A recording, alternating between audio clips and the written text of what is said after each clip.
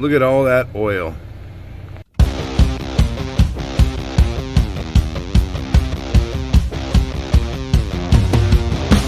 That's multiple tone here, guys. I got a 2014 Jeep Grand Cherokee, and we got an infamous oil cooler leak. So I'm going to show you how to replace that oil cooler on this Jeep Grand Cherokee, which is much more difficult than some of the other vehicles because a third of the intake is underneath the firewall. So it's kind of a pain in the butt. So I'm going to show you how to replace this. First step, you're going to go ahead and take your intake air tube off. Just a hose clamp here, hose clamp there. You're going to have a connector for the intake air temp, and go ahead and take your throttle body off, get it out of the way. And then over here, there is a 10 for a bracket there. And then there's a bolt down below. We need to loosen that up so this bracket will fall away. Over here, we got two 10s here for the brackets. And then there's also a bolt down below. You want to loosen up those bolts and take these nuts off so these brackets can fall away. Sometimes what you can do is just take these nuts off and you can bend the brackets out of the way and then bend it back when you're done. Just depends on what you want to do. Sometimes we bend them, sometimes we move them.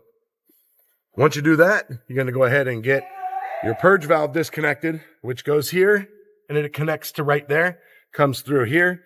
Go ahead and take it off, and you can see I have it here just tucked out of the way. That's where it goes to the right behind the throttle body. Got the electrical disconnected here. And I went ahead and popped this loose here just so I have movement, because this doesn't need to be disconnected. It's kind of a pain in the butt to disconnect that fuel line right there. You can disconnect it, but you don't need to. So we just got this tucked here out of the way. So if you take this bracket completely out, you can unbolt the two nuts over there, unbolt the manifold, and lift the manifold up and slip it out like that. Those brackets are still there. And that's what the studs look like. So back here, you're going to have a fresh air that comes from the valve cover on the passenger side, goes to right here. You're going to have this one right here, which is right there. Disconnect all that. And then this upper intake manifold is going to come out just like that.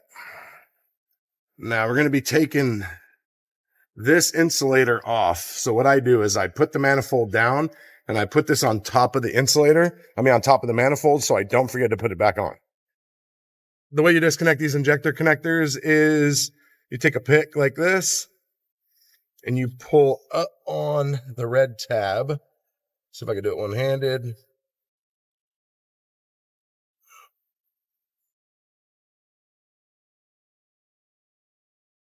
Like that. And then you push the black part in right there and it comes off. You can also take a hook and come up from underneath and just pull the tab like that and pop the injectors off without opening up this red if you get the right kind of hook. You need to drain the coolant for the oil cooler. So here we're going to go ahead and disconnect all the connectors. We're going to disconnect all the fuel injector connectors. I just disconnect the coils just to get them out of the way. And this harness will flip up that way. We're going to do the same thing over here. You're going to have these little retaining pins here. You'll have to pop those out, Christmas trees. And you have a fuel line right there. You're going to take that blue plastic clip and move it back. See if I can do it one-handed.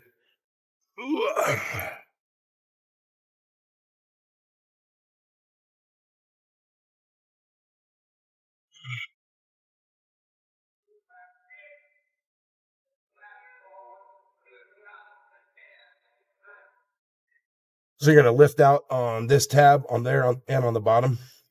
You're going to depress this button right there.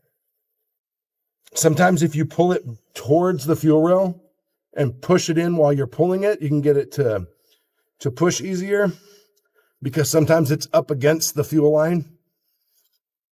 All right, not going to do it one-handed. So from here, we're going to go ahead and just disconnect all the connectors here and get this lower intake manifold out. You don't need to take these out. These hold the fuel rail to the manifold. The fuel rail comes out with it, along with the injectors. You're just going to have 8s all around the perimeter. All right, now one thing that's going to bite you in the butt is this harness right here. When you put this thing back together, before you connect this fuel line, make sure you put your harness in, because it goes under the fuel line like that. So we just got it tucked back. And there are also some clips back here for some of these, like you can see the gray right here. There's clips that clip it down to the intake manifold back here. Got all that disconnected. So before you take this out, what you want to do, stick rags in all these holes and take an air nozzle and blow all the dirt out of this little area, all the channel, so it doesn't go into the engine. So once you get your bolts out, don't forget there's one back there. You're just going to grab the fuel rail, and you don't want to tip that fuel line backwards. You want to try to prevent the fuel from dropping in the engine. So anyway, so there it is right there. And there's the oil cooler. And we're going to be replacing that guy right there. Here's this. You're going to need a gasket set, which is going to be those gaskets and those gaskets. All right, so back here, you got to disconnect the oil temp switch. You got to disconnect this connector right here and the oil pressure switch connector right there. And we got to get this hose clamp off. So I draw a line across there so that way I know the clamp goes back the same spot. Should be good to go. Sometimes what you have to do is you have to unbolt the oil cooler to lift it up to get access to that clamp. Just depends.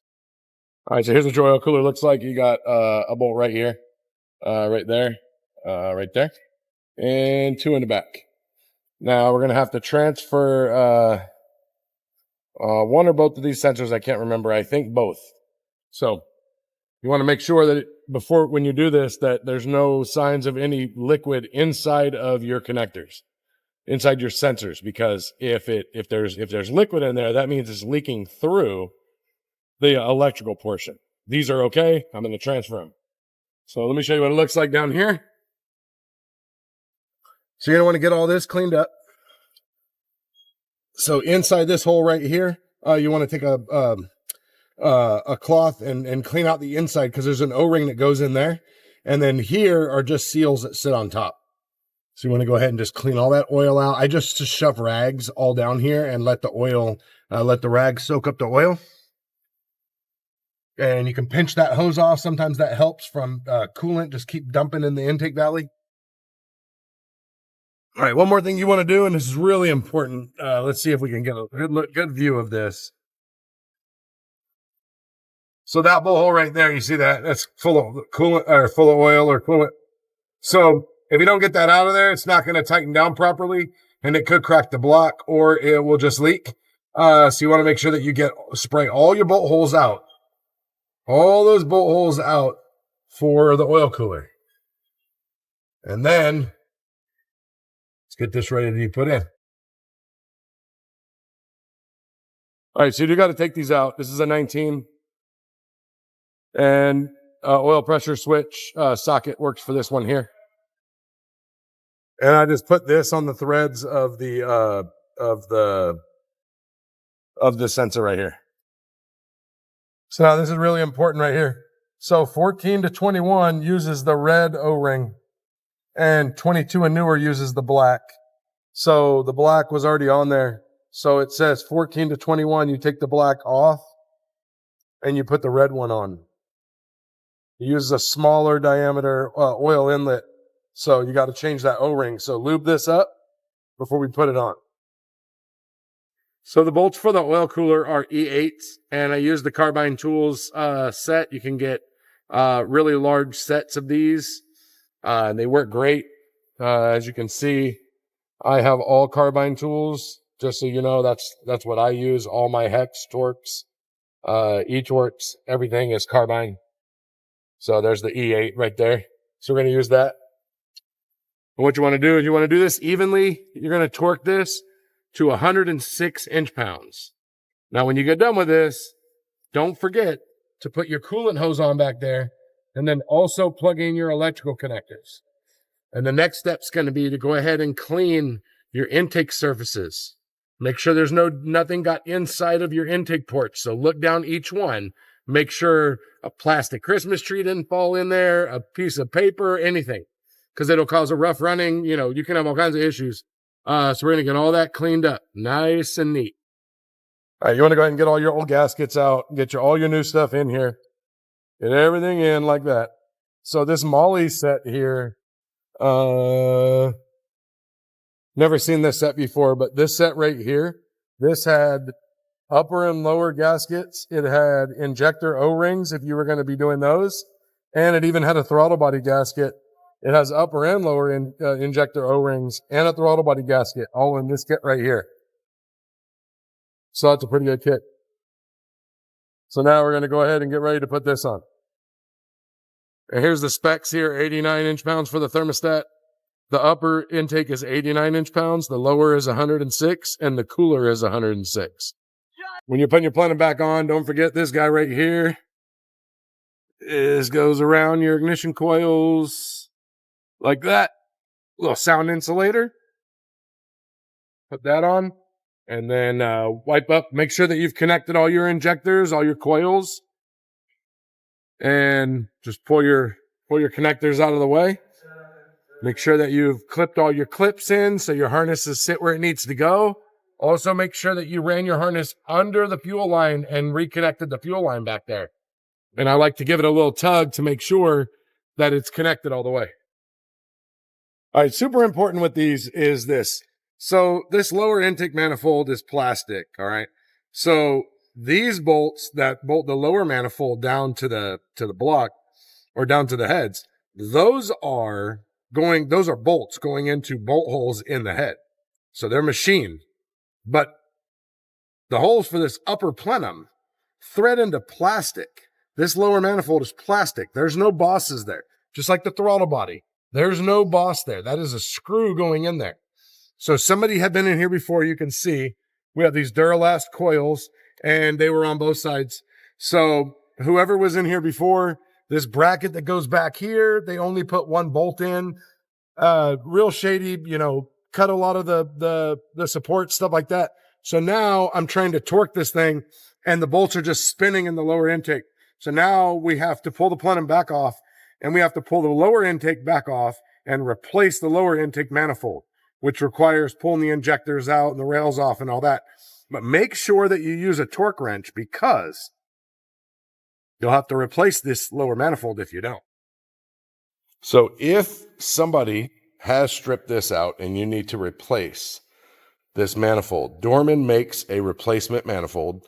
And I mean, really, it's just plastic. Not a big fan of Dorman, but Dorman is, it's cheaper. It's literally just plastic. It comes with the seals. The only thing that you'll need is injector O-rings. And like I showed you earlier in the video, if you have the Molly set, it comes with the injector O-rings, the red ones for the bottom and the blue ones for the top. So this is what I did right here. Got it swapped over and had this running yesterday. Heater blew hot. So gonna run it one more time, make sure it's good, test drive it. So when you're gonna fill the cooling system, something like this, it's a vacuum refiller. So you put this in the radiator spout or the degas bottle, however the coolant goes in, and you tighten this down, it seals up. You put one adapter on here, you suck the cooling system into a vacuum, pulls the thermostat open, then you switch hoses, and then it backfills it through the thermostat, up here, top it off, and you should be good to go.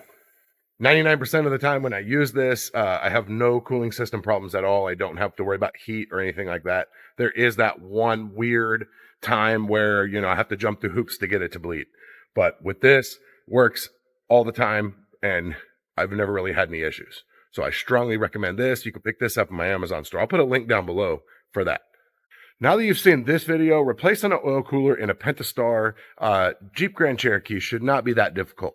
Now, these oil coolers, they all vary depending on whether it's a longitudinal engine where it goes long ways through the car for rear-wheel drive or whether it's a transverse engine for front-wheel drive.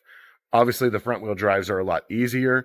The longitudinal engines, they're a little bit more difficult because the intake goes up under the plenum. Under the firewall. So you have a lot less room to get back there, and it's a little bit harder to finagle the plenum out. However, it's not super difficult.